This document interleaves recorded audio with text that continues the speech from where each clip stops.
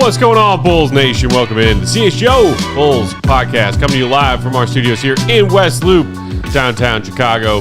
I'm Peck, Bulls _ Peck, joined by my guys, Big Day Bow, BAWL Sports, nice. Will the Go Golly, Will _ Golly, our pal and producer on them controls is the one and only Joey Spathis at Joey Spathis.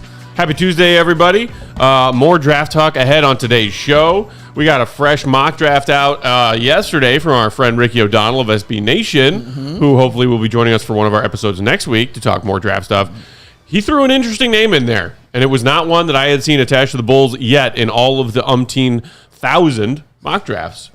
So we will talk about that later on tonight's show, or this afternoon's show. G League Ignites Tyler Smith at 11. Sexy. I do like him. Let's do I'll it. say that. Before that, quick promo. It is now official 2 weeks from this Wednesday, June 26th, night one of the NBA draft. We are hosting ourselves a draft watch party. What? Come on out to PB&J. That stands for Pizza, Beer, and Jukebox. What? Fun spot in the West Loop if you've never been. I think we did a show back then. We did. That was the infamous Pistons Bulls game where the Pistons had the 5-second call on the inbounds play and they could have beat the Bulls. This was 2 years ago. Patrick Beverly Bulls. Oh, the Pat Bev Bulls. Yes, why do I have this information in my brain? I don't know. You mean should have removed it, but you mean the 14-9 Bulls? The 14-9 That's Bulls. what you're talking about? I think it was actually their first game after the buyout market. Oh, and I remember after the it was deadline. It was the very first time that I signed an autograph. And somebody brought stuff for us to sign. Me as well. Shout out there. to Pete and Manuel. That's what Joey super fans. Yeah, that's where he took his infamous Joey photo.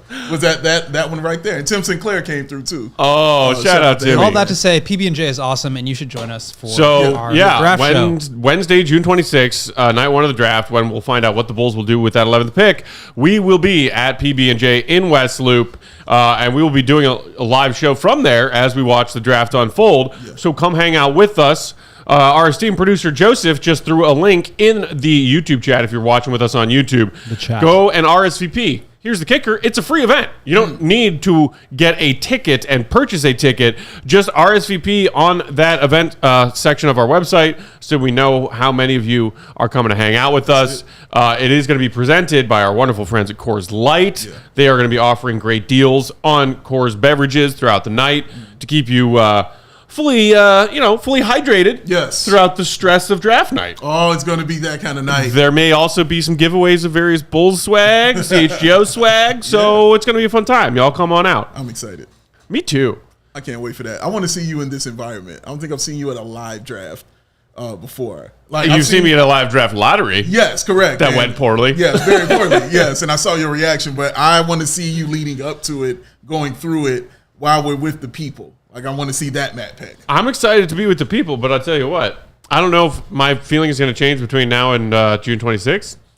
Nothing matters, and the Bulls are never going to win anything ever again, and I'm dead inside. I will enjoy hanging out with our fellow Bulls fans and talking to them and seeing if they can cheer me up. Yes. Give you a break from cheering me up. No, that's my life. I honestly do not see myself being stressed on draft night because I don't think it'll matter because the Bulls fail at everything. That is honestly how I feel right now. That is how I feel right now. So whoever they get, you just like, whatever. Whoop-de-doo, Basil. Oh, man. What does it all mean? I'll be excited. I also feel like I'm not going to be super mad either way, whoever they take, because there's like 14 or 15 guys in this draft that I'd just be fine with. There's guys I like a little bit more than others. But there's no one that I'm like, they absolutely have to stay away from this guy whatsoever. Do not draft, except for maybe one or two. But they just seem a little bit too far to the Bulls' range. So whoever it is, I think they're going to be a contributor. It's not going to be a superstar player, but I think it'll be a good player, and we'll have a lot to break down and talk about with all of you guys. I think it's more because I think it's going to be a crazy night, and I expect a bunch of trades and stuff to go down. Could be trades. The Bulls could definitely be involved in that as far as moving down or moving up. So that's why I'm excited about it. That's going to be fun, man. Like, I can't don't get me wrong. I'm excited about it. Oh, yeah. Oh, I ain't got to tell you. I know who you are, sir. I know. This guy. Yeah. You know who I am. Shout out to Golden Force. He said, Matt speaking for all of us. See, yes. I am not alone. No. My bottom of the basement Bulls fan pessimism and cynicism right now is not alone. Look, misery loves There are company. dozens of us. Misery loves company, all right? It will never be alone, all right? But I'll always be there because, hey, Somebody got to put a smile on your face. Shout out to Sports Chicago Style also in the this guy. comments who said, how's CHGO putting the A team in the D studio? It's actually just the B studio. Yeah. Because we just got the 2. Yeah. But also, I feel like our White Sox crew, shout out to them. Sean and Herb are doing a show in Studio A right now. Correct. I feel like they deserve and need the comforts of Studio A. Without a doubt. After what I saw happen to the White Sox. Without a last doubt, night. man. Yeah, and they have a guest on. You guys can check them out as well, man. But yes, White Sox go through a lot of stuff. I don't want to hear nothing from Cubs fans. I know you're struggling at 500. When I found out there are 4 teams in that conference, or what do you call it? Division. Thank you. 4 teams in that division that are 500. 4? And we only crying about y'all. I don't want to hear it. I don't want to hear it right now, dog. Y'all good. I am a Can we Cubs talk fan who about feels this awful for the White Sox. Sports right now. Chicago style comment for a second? The Packer face man, Big Dave B.A. Duh, the GOAT Hannibal, Joey Murdoch. Someone explain. That's the A team.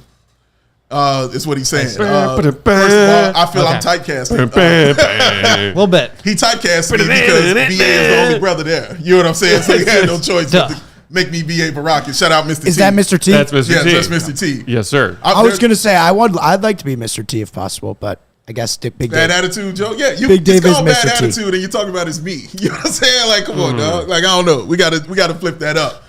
I don't know about Peck being face.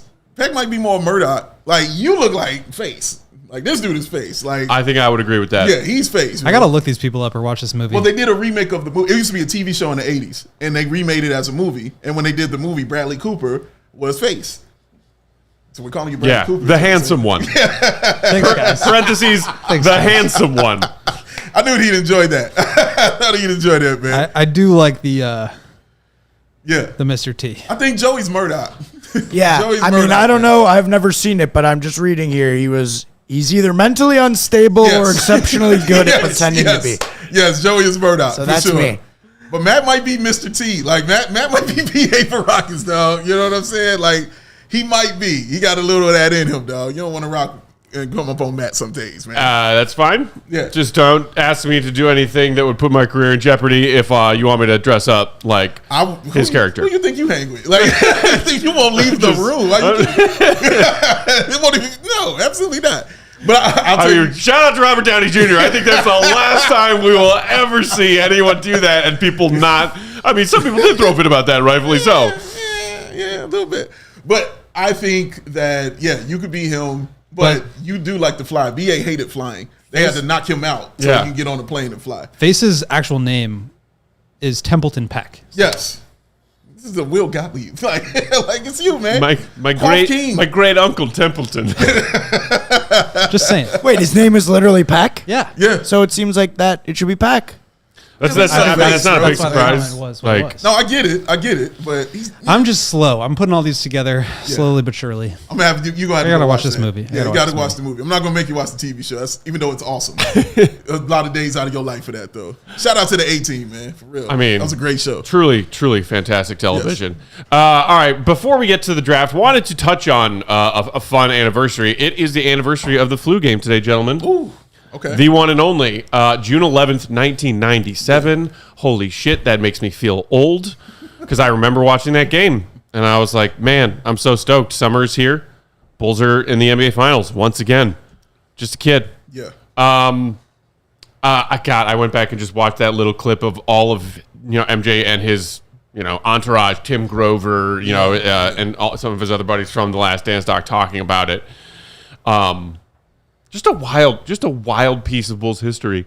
Incredibly wild piece of history, and I like it because it's something that we all saw and we all can actually discuss on this one. But it's one of my favorite Bulls memories because of where I was when it happened and where I was. And I've told this before. I was at the United Center when this happened. That was when they would open up the UC For road games. Yes, for road games Yeah. and sell tickets. Now, for somebody like me who couldn't afford to go to those kind of games, the playoff games or just Bulls games in general, that was a huge deal. And when we got there, shout out to my mother and my friend who came with me. But when we got there, they did it exactly like it was a Bulls home game. So the introductions were on. Ray Clay was doing the, announcing and the openings and everything. So I got to see that live, and it really felt like they were there, watching the game. Level Bulls were there. So they got it on the Jumbotron. So how everybody's reaction to when Mike hit that three. Man, How I equated with euphoria. Yeah. More so than anybody else because it was a road game. Wasn't that much hype and stuff. But in the stadium, people in the blew the roof off of that joint. Different vibe in the Jazz Stadium when he hit that three. Man. And then the music, dun, dun, dun, and that came on. Oh, I was ready to run through a wall. It was amazing. I think it just speaks to like this lore and this legacy of Jordan just being like this untouchable thing because he's got all these stories like this. Right. Where it's This like, time of year, every other you're day, literally you're trying like, to oh, it's the poison- anniversary of this, that. and So also true. like he's like the flu, like the just like the idea of the pizza poisoning thing. Like it's just like there's so much of this lore that makes Michael so untouchable. Yeah, And yeah. I think this game more than maybe any other one kind of speaks to that. Shout out to our friend Reed Jack. Who got a shout out yesterday too for his Chet Walker stuff over the weekend. But he responded to something I tweeted from our team account about the flu game today, and I had forgotten this, but he tracked down like the guy who used to be a manager or worked in the kitchen of that crappy pizza joint in Salt Lake City. I remember this. And interviewed him about it, and his different theory was, no, it wasn't food poisoning.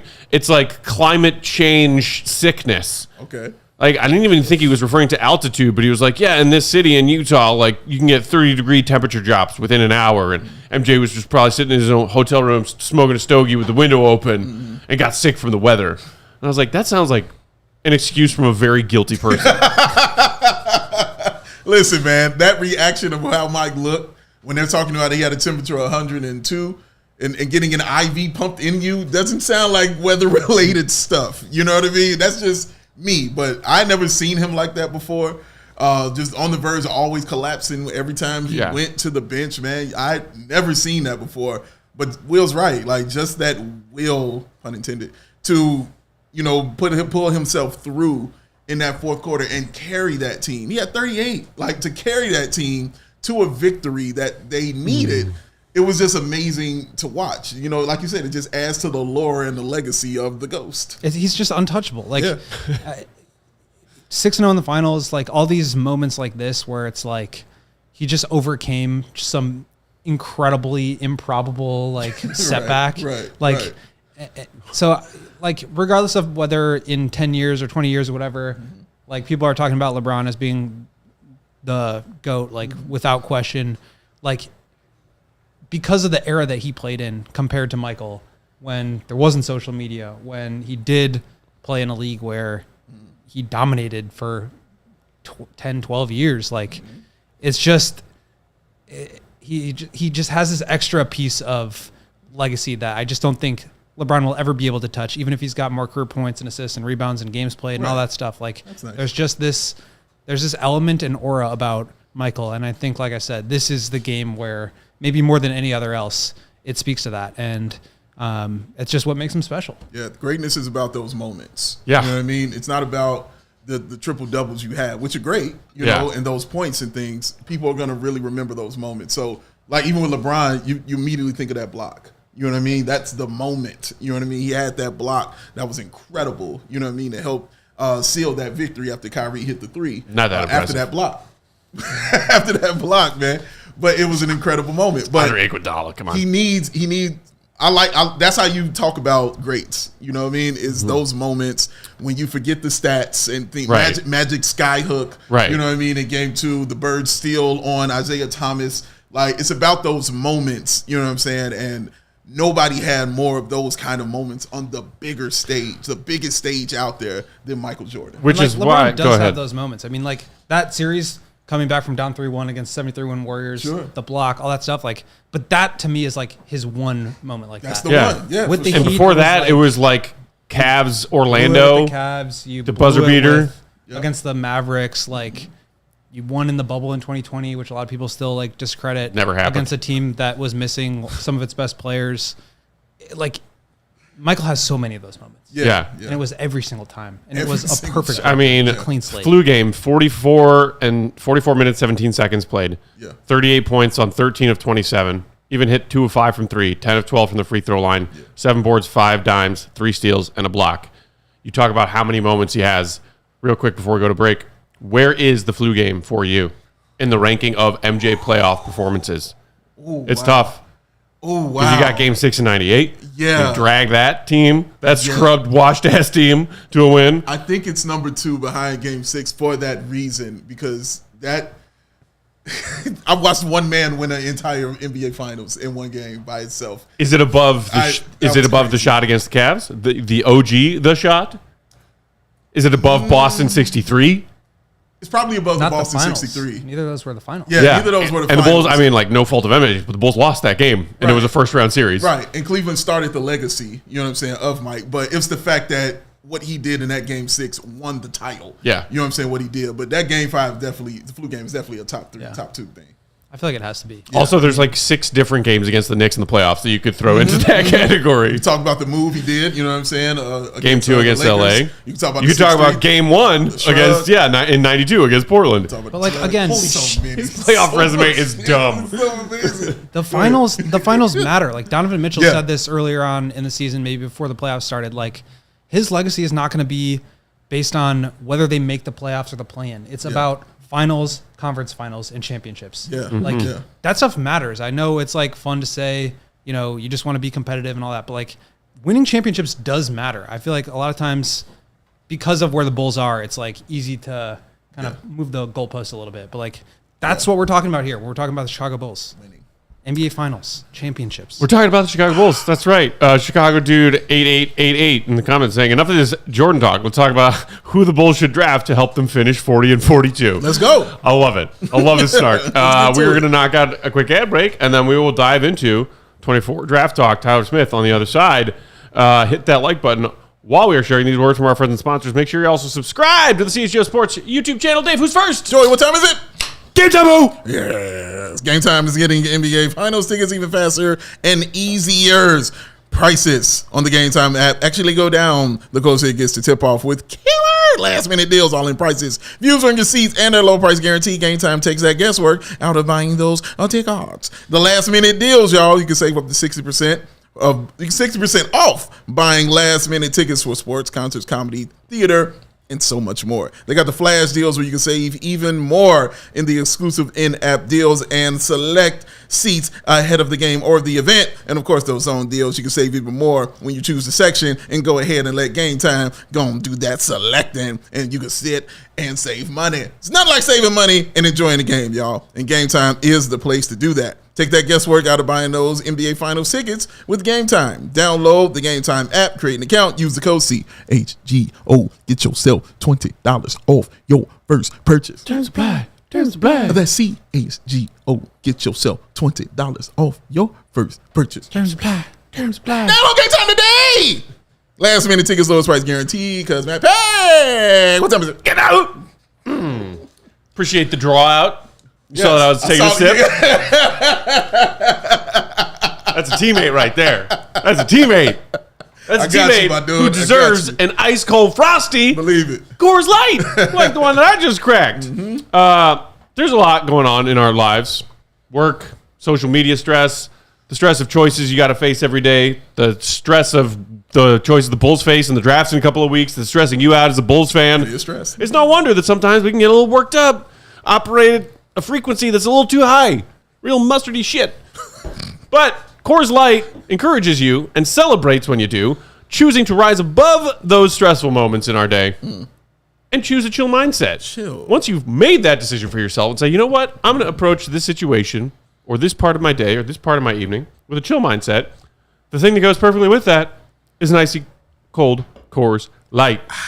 When the mountains turn blue on these cans, on those bottles, you know that the beer inside is as cold as the Rockies and ready to drink. Coors Light is cold lager, cold filtered, and cold packaged for a smoother finish.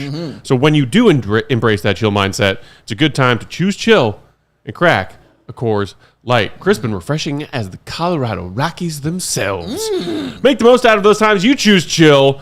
Get Coors Light delivered straight to your door. That's right, beer service. With Instacart by going to CoorsLight.com/CHGO basketball. That's CoorsLight.com/CHGO basketball. Celebrate responsibly. Coors Brewing Company, Golden, Colorado. Beautiful. Beautiful. Man, Muy bonita. it's pretty bright in here, guys. I'm going to put on my Shady Rays for a second. Oh, I think it's time for another weekly edition of The Future is Bright. Brought to you by your Shady Rays. Let's put on our rose-colored glasses, our Bulls-colored glasses, perhaps, and explain to the people out there in Bulls Nation why the future is bright for 2024 NBA draft prospect Tyler Smith. Brought to you by Shady Rays. Head to shadyrays.com. Use that promo code CHGO at checkout, or get 35% off a pair of polarized shades. All right, y'all. So, shout out to our buddy Ricky O'Donnell, SB Nation. Dude is a mock drafting wizard and machine. Does his thing. Can't be stopped. There's no stopping Ricky this time of year. Can't wait to talk to him next week. In case you missed it, he dropped a fresh mock draft for SB Nation yesterday, and a surprising name found its way to the Bulls at 11. G League Ignite's Tyler Smith. Here's what Ricky had to say. The Bulls should be hoping that one of the 10 players taken above them in this mock falls on draft night. If that doesn't happen, there's 4 players I like for this pick. Ignite forward Tyler Smith. I use Khalil Ware, Baylor center Yeb Mizzi, and Providence guard Devin Carter. Now, we've talked about those other 3 at various points, especially Carter and Ware, but today let's focus on Smith. Smith gets the nod here, says Ricky, because he's a knockdown shooter who measured 6'9", barefoot, and also had a ton of dunks this season. He was really the one Ignite player to exceed expectations this season. We talked about Montas Bazelis yesterday. Showing off deep range, a quick trigger, and tough shot-making ability. He needs to improve his ball handling and defensive awareness to hit his highest outcomes, but it's hard to find players this big who can shoot this well. That is true.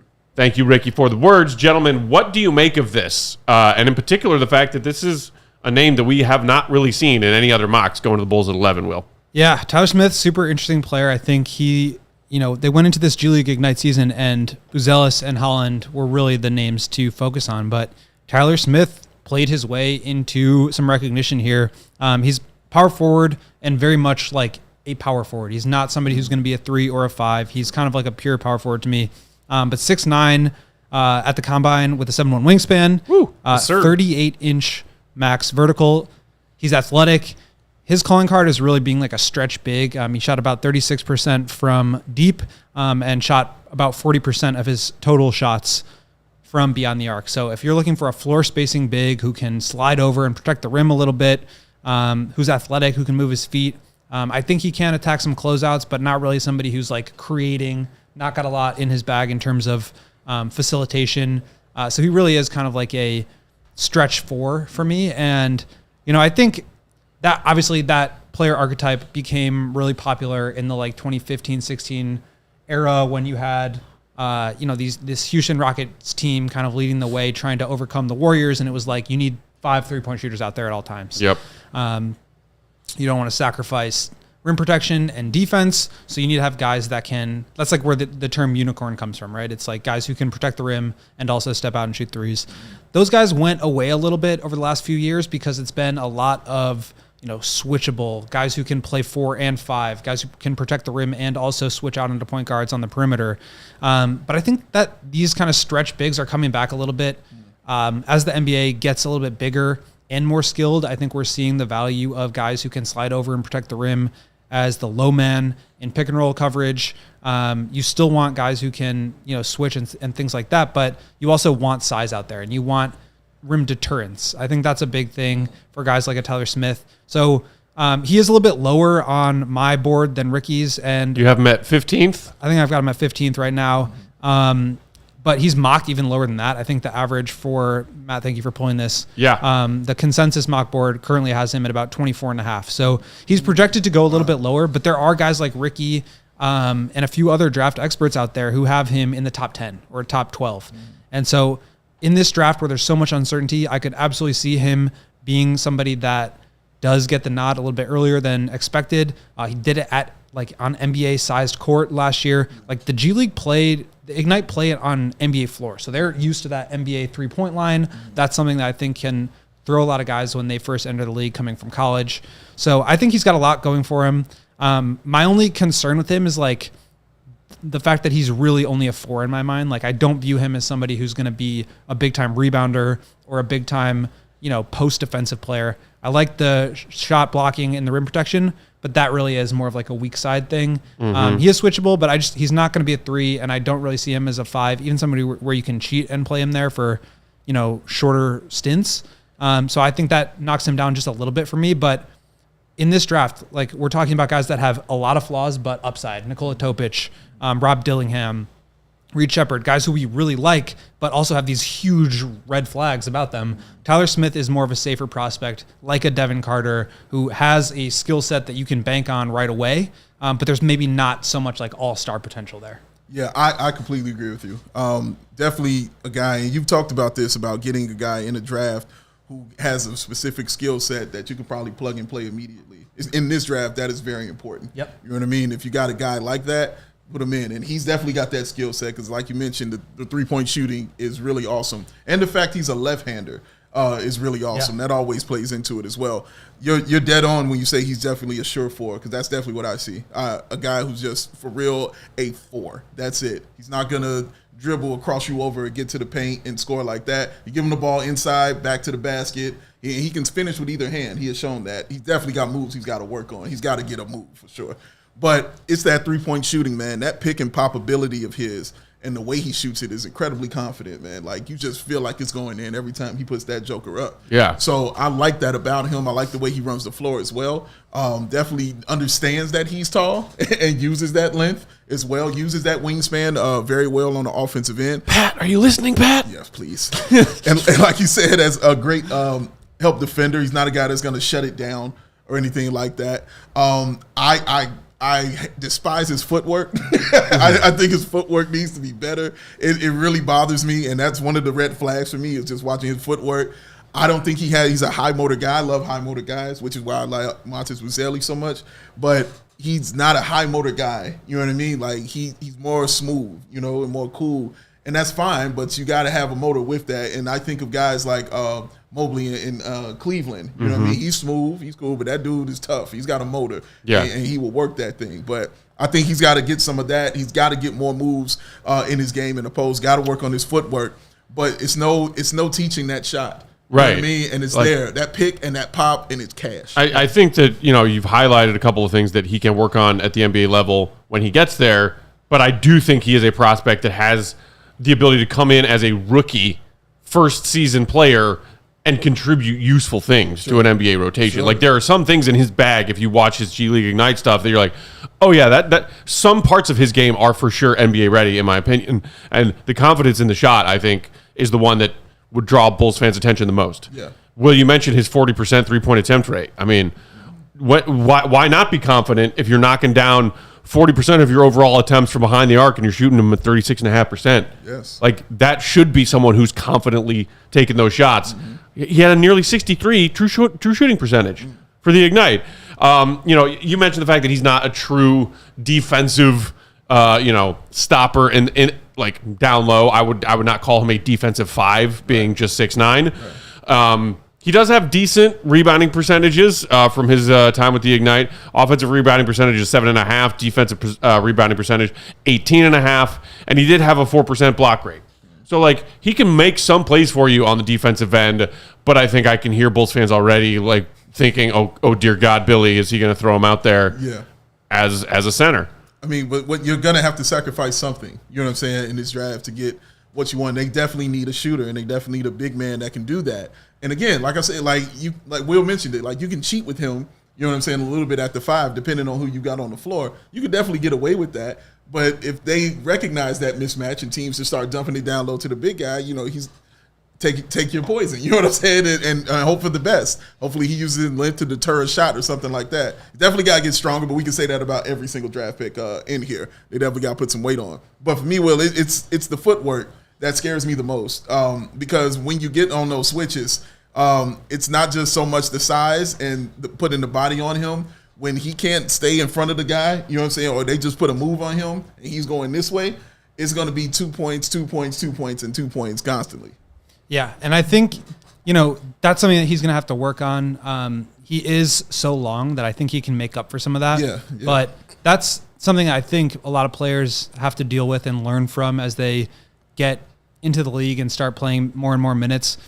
He's also I think a lot of times Bulls fans are kind of pleading for more of like a traditional power forward. And like people say Patrick is a 3.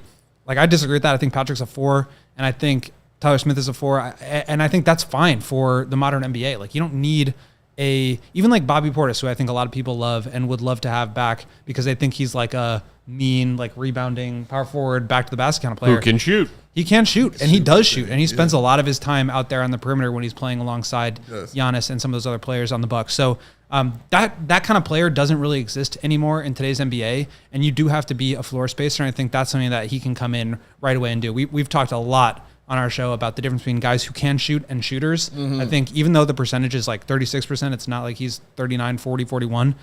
He's a guy who gets a lot of shots up, and they really need somebody like that. Just space the floor for the rest of the guys. So, I like Tyler Smith a lot. I'm not saying I don't like him. Right. He's certainly a flawed player, but everybody on this draft board is flawed. So I think he would kind of slide into a role that makes some sense. Maybe that does allow Patrick Williams to slide down to the 3, and we could see what that looks like a little bit more. But for me, it's like you kind of know what you're getting with him. And I think at this point in the draft where there's just some guys with either a little bit more upside or guys, even like Devin Carter, who I like just a little bit more. I have him at 14 on my board right now. And maybe we'll move him up a little bit. But he's at least somebody who like I think could be a little bit more productive in their role. So I really like Tyler Smith. I would not be upset with the Bulls taking him because I think he fits a need of theirs, and he's young and he has upside and he does some things well that the Bulls really need. So I like him. And I think also it's just nice to see Ricky take a guy at 11 that a lot of other people have in the mid-20s or in the second round. Like I think a lot of times NBA draft analysis can be kind of a hive mind, and it's nice to just like see some different variations on things because this draft is so uncertain. I think we might actually end up seeing some stuff like that where maybe Tyler Smith does go in the top 10, or maybe, Devin Carter goes in the top 10, or whatever it may be. Or we learn a year or 2 or 3 down the road that maybe some people were right and some people were really wrong when they were that far away from the rest of the hive when projecting certain guys. I want to put a pin in that because it's fascinating. We also got some good questions in the chat that we will get to, but let's knock out our second break right now and come back and continue this conversation. That's right, Shirtless Wonder. It's real Shady here in Studio B today. Right. Shout out to Shady Rays. Dave, you want to tell the people out there in Bulls Nation just a bit more about the great deals? I think I do, man. And, of course, always, it comes with Baby Joey hitting me up. Of course it does. Yeah, man. He's concerned. He's still trying to work it out with Troll Joe. He's still upset about the thumbs thing. Troll Joe, has apologized. Baby Joey feels like he needs to go a little more further than that. In what form was the apology? Was it written? Was it email? Was it verbal? Well, it face was to face. That's the problem because it was verbal. Troll to face. And when Troll Joe did it, it came out of you know what I mean. Yeah. And so I'm like, but that usually means he's apologizing. But Baby Joey said, "I don't understand that because he never understood. Never understood. He don't get it. Why? He's still just a baby. His vocabulary is very small. It's very small. That's right." But he's still Baby Joey, so he's the most entertaining man in the world, and he still don't understand. But Shady Rays does. They're going to get you together because they're going to get you ready for the season ahead with quality shades that are built to last. Our friends at Shady Rays got you covered with those premium polarized shades that will not break the bank. Independent sunglasses company offering that world-class product, rated 1, 2, 3, 4, 5 stars by over 300,000 people. Their shades have those durable frames and those crystal clear optics, making them perfect for your outdoor, and as we're proving in here, your indoor adventiones. Word to the GOAT. He said it's a word. Yes. Plus, if your shades ever go missing or take an unexpected hit, flat, splat, gone. Crap. That's right. Shady Rays will send it right back to you. You put them in an envelope, send them right back. What they gonna get on their face, man? Brand new pair right back on your face. That was impressive. Oh, this is gonna happen one day. Scoring header goals over It's gonna happen one day, man. If you love your shades, exchange them for a new pair or return worry-free within 30 days. There's no risk when you shop, and their team has always got your back. So exclusive for the listeners out there, Shady Rays is giving away their best deal of the season. Head to ShadyRays.com. Use the code CHGO. Get yourself 35% off of those premium polarized shades. Try for yourself. All the shades that are rated 5 stars by over 300,000 people because it's Shady Rays, y'all. Where them rays are just, so shady. So freaking shady. I can't believe you let me just hit that. I saw you lean in on it. And I was gonna say it with you, but I'm gonna pass. That was my one shining moment. That was great. One shining moment. Magic Johnson. Yeah, right. Oh my goodness. Quick reminder to those of you who are thinking about it, maybe been wondering about it, haven't pulled the trigger yet. Sign up to become a CHGO diehard. The time is now. We are 2 weeks away from the NBA draft. You know you want to look at this draft database that was beautifully and lovingly created, cultivated, and updated by our very own Willie Gottlieb. His big board with advanced stats and metrics on all of these guys, plus their combine measurements, their role player type, all of that stuff, shooting stats, defensive stats, and then that consensus mock draft that we were just talking about, we will continue to talk about in a second. One of many perks that are only for CHGO diehards when it comes to that premium behind our membership paywall content at CHGO. And of course, similar stuff being made from all the wonderful people who covered the other teams here in Chicago in our CHGO realm. Of course, you also get 20% off every time you shop at that CHGO merch locker with all of that dope merch available. Go rocking the CHGO CTA collab shirt today. In the Chicago collection, there's also a brand new Cubs shirt that just dropped a couple weeks ago. Showtime! Go grab that one. And, of course, when you sign up, you also get a free shirt of your choice to come with your Welcome to Being a CHGO Diehard care package that you get. And then, of course, discounts on all of our various ticketed events. Cubs Cruise going up to Milwaukee, going to Wrigley North. That's going to be a fun trip. They're going to bus up there. I think they're stopping at the Circa on the way in Waukegan. Yep. Grab tickets to that. Diehards get discounts on that. They get discounts on our CHGO Bears tailgates when football season rolls around in a couple months. All that and more. Perks on perks on perks. Sign up to become a diehard. And then, of course, also that diehard Discord. Members only. That's where we pull a lot of our questions from. We do mailbag stuff, either episodes or Will's mailbag columns. I think we're going to be doing another one of those later this week. Sign up to become a diehard. It's simple. By the way, when you extrapolate the $79.99 annual membership to be a diehard at CHGO, you know what it comes out to? Tell me. 21 cents a day. 21. 21 cents, First of y'all. all, shout out to Extrapolate also. Ew.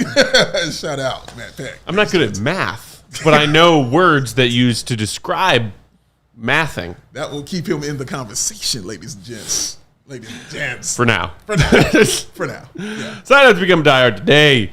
All right, so continuing on this conversation about Tyler Smith,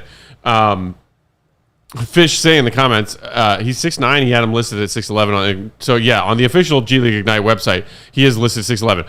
But that is his zero shoes, barefoot height at the combine, right, Will? Yeah, 6'9" was his measurement at the combine, which is a little bit shorter, I think, than people anticipated because of the 6'11". But usually it's like they measure you with shoes on for your team. So it makes you seem a little bit taller, and then maybe they round up. Yeah. So maybe it was like 6'10.5" with shoes on, and they just rounded up. But yeah, 6'9" with a 7'1" wingspan. Can't lie about that wingspan, though. That's awesome. And JK in the comments asking, how's his motor? Dave, I think you touched on that and being concerned about it. Yeah. Why is he only playing 22 minutes a game? And I went and, he played exactly 22 minutes per for his 27 games with Ignite this past season. Do you think those two things are connected in some way? I don't know. It's hard to say just because, there's also, G League, don't they play 10-minute quarters? Yeah. Or am I crazy? No, you're not crazy. Okay. So that's 8 fewer minutes when you're talking about what looks like a starter caliber player's minutes per game. Yeah, he had many opportunity too. He had a lot of opportunity on that team he was on to shine and do his thing out there offensively. So he got those out and he shined through. That shot is awesome. And immediately, again, you bring him in and he immediately answers a question for your team. This league is about the three-point shot. So you got a guy who can definitely do that. No matter what is going on in his game, you got that on the offensive end. And that's as sure of a thing you could get in this draft if you're going to be drafting those kind of guys, man. So everything else is defense, that I've seen from a lot of guys that we've talked about. He's not great, as we talked about, defensively, but it's not really too many better shooters, at that size than this young man right here, man. That pick and pop, I promise you, it's something. And being a spot-up shooter as well. And it's not just from one side. Like, anywhere on that floor, he can get that shot off and the release is clean. He could take his time with it just because of the height and the wingspan. It's not going to get blocked, by too many people. But he will space the floor for you and open up some avenues for those guards or those forwards who are going to get inside. Yeah, and I think, the G League game, it is a developmental program, but they're also like trying to win games. And this year was just kind of a disaster for them. So they were really all over the place. I think they won like 2 or 3 games this year. So, maybe that plays into his minutes, but they also had a bunch of forwards on the team.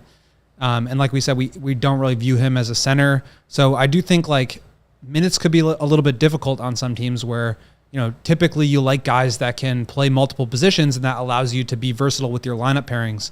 That's really, I think, not going to be the case with Tyler Smith. Maybe you have some other guys like Patrick and DeMar who can slide down from the 4 to the 3. You still have Caruso in there who's super versatile, as we know. So I just think it's a little bit tough to build a lot of different versatile lineups around him, and that's maybe kind of part of my hesitation with him. But I think he is going to be a very good player. It's just in a particular role, and I think for the Bulls, who obviously need to prioritize 3-point shooting at the power forward position, like that makes a lot of sense, right? Yeah. The fit is there. Yeah. Golden Force in the comments saying, I'm a little wary of these G League Ignite prospects. This draft is interesting. Maybe Smith could be our Nas Reed. I think I would agree. It's not bad. Since the G League Ignite has been a thing, I've tended to be, I think, a bit more hesitant to trust what they're doing in that sample size of their work before coming to the NBA. But as Ricky pointed out in his notes, like he stood out on a G League team that you just said, Will, was pretty terrible this past season, as one who not just met but maybe even exceeded the expectations that were placed upon him coming into the competition at that level.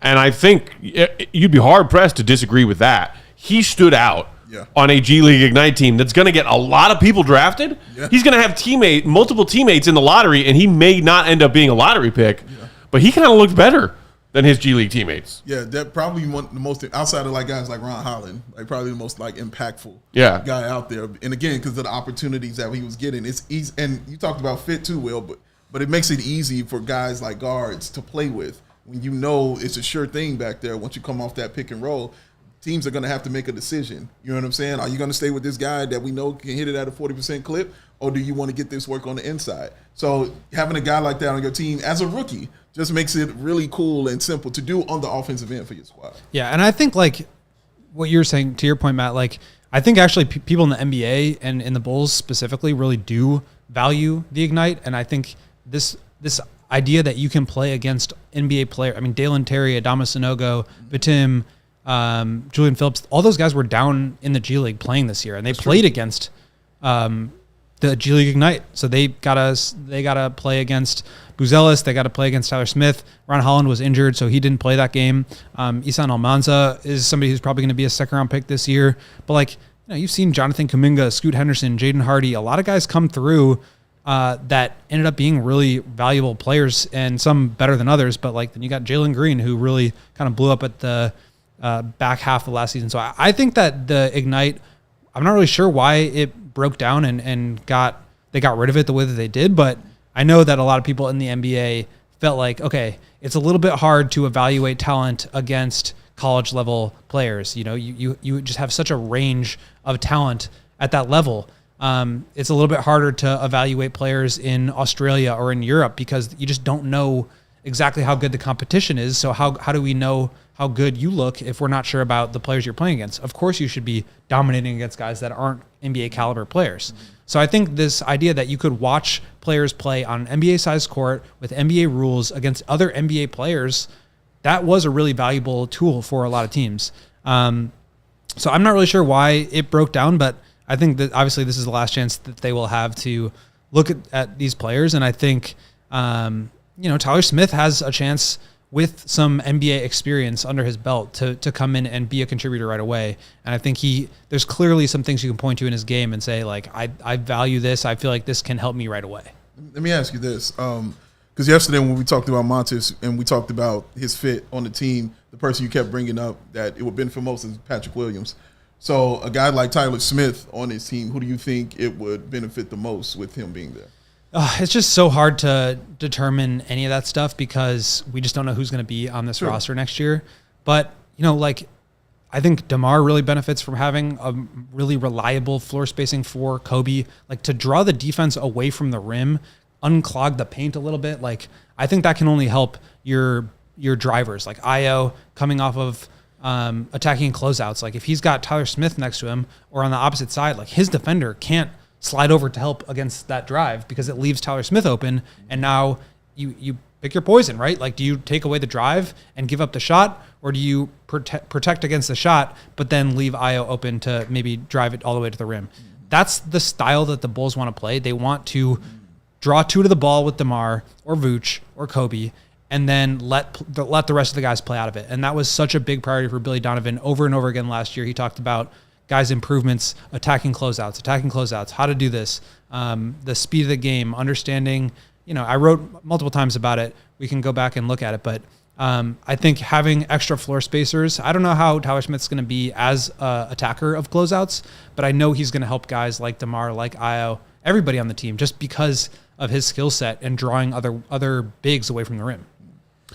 I will always love the duality of Bulls fans and how they see things. Lars saying, getting a good option at the 4, maybe Tyler Smith. Let's Paul play at the 3, which is his natural role, which I know you just mentioned, Will, and said you don't necessarily agree with. I think I'm with you. Like, he should be a 4. But meanwhile, Diesel 11 saying, well, if you get Tyler Smith, it makes Paul a tradable asset. And, I mean, we did talk about the possibility of the whole sign and trade thing that Darnell brought up in his column. Maybe if OKC wants Pat, we can find a way to get a sign and trade. The thing is, like with teams like OKC or the Pistons, they have cap space, so they don't need to work out a sign and trade. They can just absorb Patrick's contract into their salary cap. If it's a team that is already over the cap, now you have to pull a sign and trade. But I don't necessarily know how many of those teams would be that interested. I'm sure a lot of teams would be interested in Pat, but I think those teams are coming up as potential targets because they have the cap space to just absorb him and put out a bigger offer sheet because they can. That makes the Bulls think twice about it. Well, and like, again, we're talking about a guy that the Bulls might maybe reach on at 11 to play in their front court.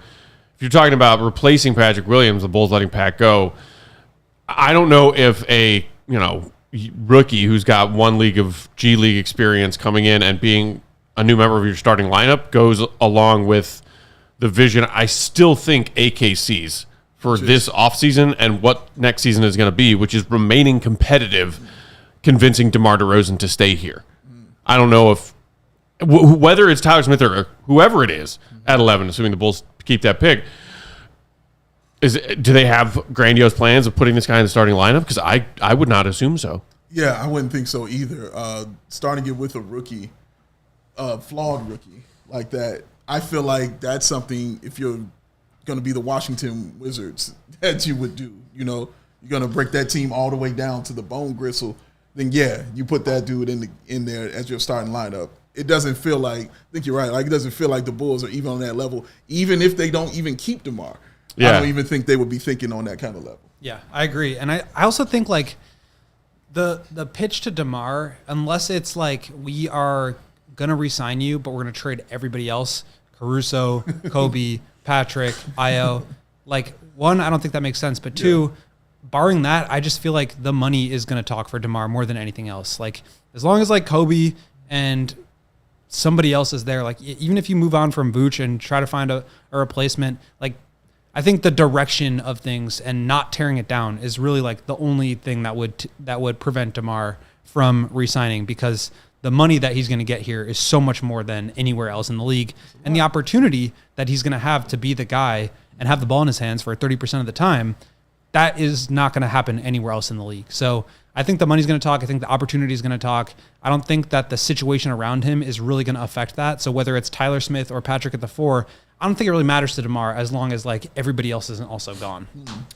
I did want to circle back around to what you brought up in our previous segment, Will, about the separation when you're talking about where people are seeing Tyler Smith going in this draft in a couple of weeks, and that Ricky boldly put him at going to the Bulls at 11, and his new one he dropped yesterday, and consensus being significantly lower than that. You are higher on him, as we mentioned. You have him at 15 on your big board, 4 spots behind Ricky.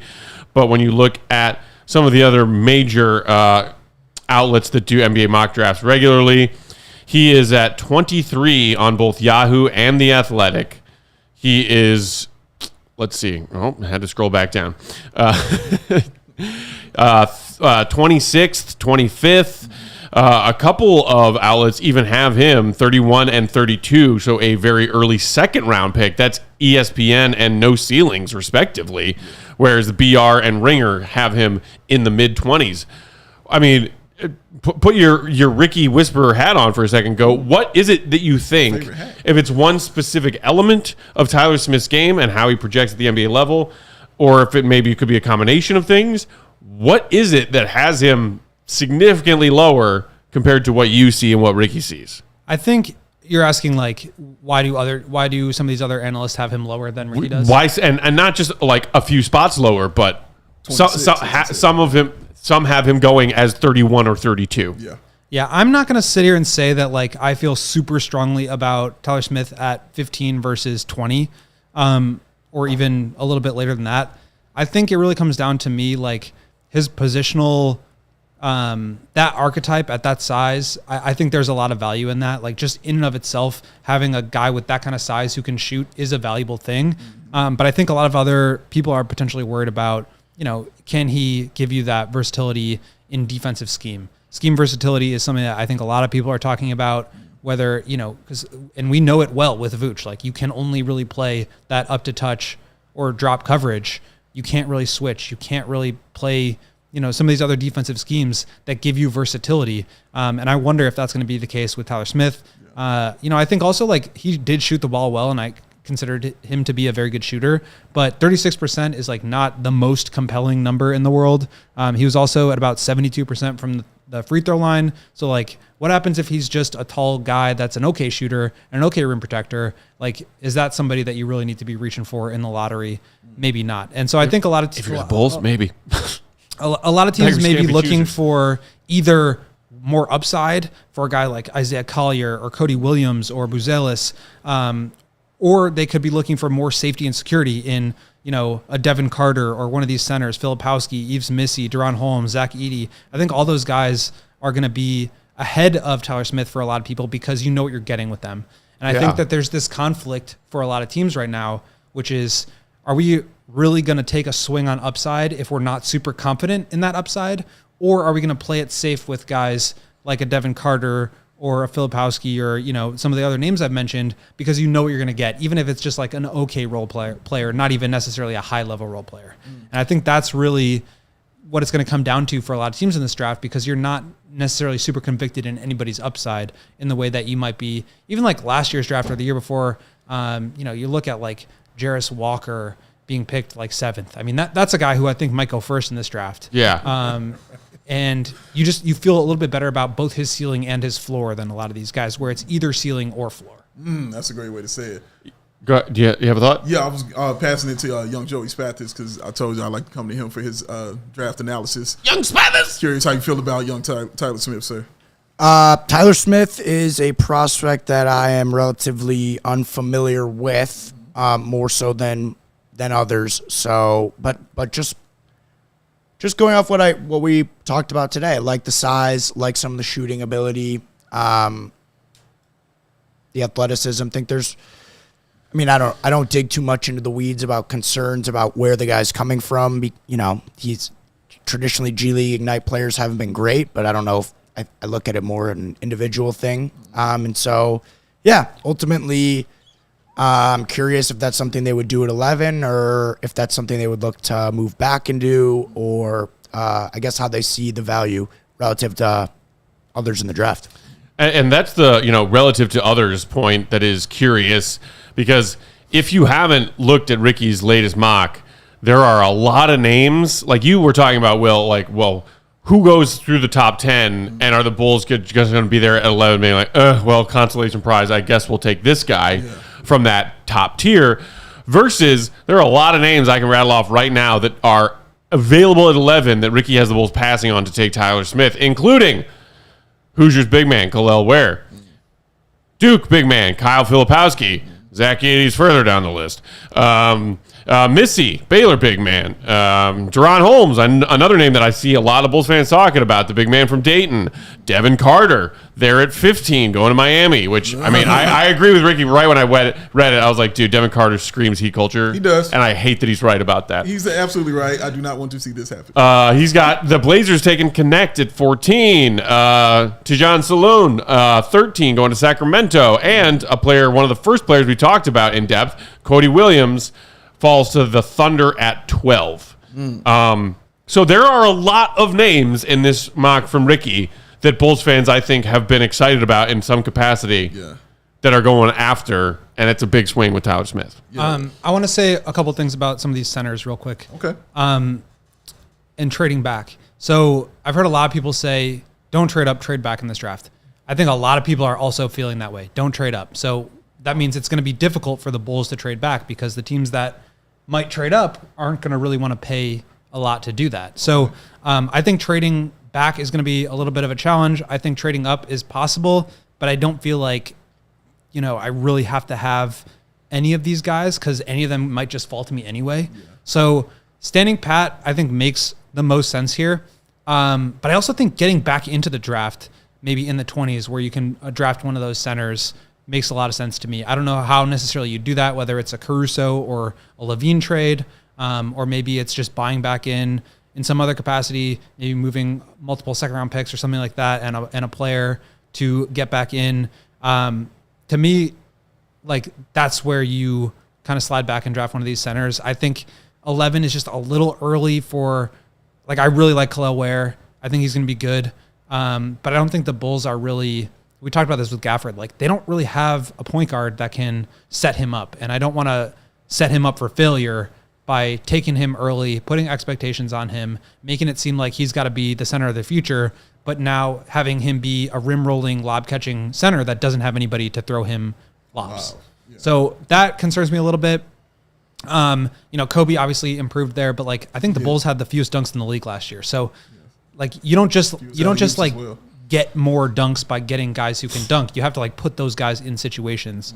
And so maybe that's like why I really liked Topic before the ACL. It was like now that unlocks a lot of potential for you to now come back into the draft and get a guy like a Khalil Ware or Yves Missy or Deron Holmes, guys that can catch lobs. Because I think the Bulls have just for so long been in this position where they don't really have a true point guard. And I'm not saying they need like a Tyus Jones table setter, but they need somebody that can put pressure on the rim, and that's a very good passer. Yeah. And right now they don't have that. And so to me, that's the priority. I think Devin Carter can be okay at that. So I wouldn't be mad at that pick, but like Rob Dillingham, I think he's got flaws, but like that's his bread and butter. He is shifty. He can create a ton of havoc getting downhill because of the threat of his jump shot. And he's a very good passer. So like guys like that, I do think the Bulls should explore, and that's why like I've pushed back against this. Well, they've already got so many guards, so don't take a guard narrative, because they don't really have a guard who can create offense for other people. They have guys that can make the extra pass, but it's the same distinction between a shooter versus a guy who can shoot to me. So I think like some of these centers are really intriguing. I wouldn't reach for them considering who the Bulls have, but if you can get a facilitator early and then come back in and get a pick, because I think again, trading back is not going to really net you much. Maybe there's a team that wants to move from like 22 up to 11. And since that's such a big jump, maybe you can get something. But I'd rather see the Bulls get back into this draft where a lot of teams are not really putting a ton of value on some of these picks. You can get back in a little bit more cheaply than normal, but there are still going to be contributors in this draft. And so if you feel good about a guy, that's how I would go about doing it. Lars in the comment agreed. I could see the Bulls picking somebody else at 11, maybe doing a draft night trade to get back in for Smith. So many options. Plenty of options. And just a sneak preview for my mock draft, which I think will drop tomorrow or maybe the next day. Ew. I still might change some things, but right now I've got Tyler Smith going 14 to the Blazers. So I do really like Tyler Smith. I just don't know. I just think I might like some of the other options slightly more. I love the idea. Put it that way. I love the idea of like if it's a rim rolling guy, you're gonna have to have a guard to get it to him. Yeah, you can't just like say, "Oh, we missed out with Daniel Gafford." It's like the Bulls, and we did because have a point guard, we never had a point guard. We never had somebody that could really set him up. He had 12 alley-oops last year. Lars is coming to the aid in defense of Ayo Dosunmu in the comments, who said he was a great big man feeder in college. He hasn't gotten to play with somebody like that in the NBA. adding that he made Kofi Cockburn look like a real player. But A little different. Like, isn't, I think it's little bit different. he's not like breaking guys down off the dribble. Correct. Like, he gets into the rim. Io's game is transition. He's not a setup man. His And passes so- came in that paint. But he's Not very inside. They were also much just- capable of that. They were but you gotta throwing run some entry action passes for to Kofi. It wasn't like a bunch of lobs. He No. was more of a back to the basket guy. Sure, absolutely, man. Yeah. And he tried that way with Vooch a little bit. You know what I mean? It didn't really work too great. You know what I mean? But yeah. But no, you need a point guard who can do those kind of things. So like the missed opportunity with Gafford is on Gafford, right? Like they missed the opportunity for him because they got rid of him. Sure. But it's also a missed opportunity by not having another guy that can help unlock him. Correct. And that's true for so many of the young players that have come through. And it's why we've seen guys like Lowry and Wendell have more success with some of these other teams. Real quick before we get out of here, because we are just about out of time. Hard topic shift, but I just saw this in the comments and it's hilarious. Okay. Jeff Rock saying CBS Sports ranked every coaching position in terms of appeal earlier today. I'm guessing based on all of the Hurley Lakers talk, who are the Lakers going to hire. This was by CBS Sports Sam Quinn. Guess where the Bulls are? I'm scrolling, still scrolling. Still down, scrolling. 30th. The desirability of 30 NBA head coaching jobs. Bulls at 30th. I love the opening sentence. I mean, what do you expect?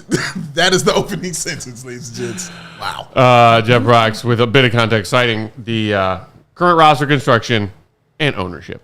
I mean, a Bulls assistant coach found the Charlotte Hornets to be a more intriguing place to go coach. Yep. So that should tell you what you need to know. Yep. This Bulls franchise is a mess. Let me go to the The Hornets. Hornets. MJ couldn't make the Hornets a good organization. The Hornets. Wow. Just one man's opinion. Yeah. It's just one CBS sports writer's opinion, Yeah. but hilarious. But yeah. A perfect button to another perfect day in Bulls land. Woo. Oh, my goodness. Thank you, everybody, for tuning in today. Hit that like button on your way out if you haven't done it yet. It helps us out a lot. Make sure you also subscribe. Do it for Troll Joe. Do it for Baby Joe. Do it for the GOAT rocking those Shady Rays. Somebody asked you in the comments, GOAT, if you wear these Shady Rays when you go golfing. Probably. Obviously. Obviously. Yeah. Well, there it is. I wore a pair of non-Shady Rays sunglasses recently that were not premium, that were not polarized, and it just wasn't. You tried it for yourself and you did not like it. I tried it for myself, and I learned the hard way. Yes. Well, thank you for tuning in to A Future is Bright Shady Rays Tuesday episode. We're back tomorrow, same time, same place, 4 p.m. Central, in studio. More Bulls talk coming your way. Until then, have a great Tuesday night. You can follow the GOAT, Will_Gottlieb. All you diehards, check out the draft database. If you aren't a diehard, sign up and then check it out. Big day, bow, BAWL Sports. Our pal and producer on the controls is the one and only Joey Spathis. He's at Joey Spathis. Bulls_Peck. We are CHGO_Bulls. We'll talk to you tomorrow. You're the best, GOAT. Not that GOAT, the other GOAT. Thank you. See, Reb, you good. Still good, though. Thank you. Blue game! Whoa.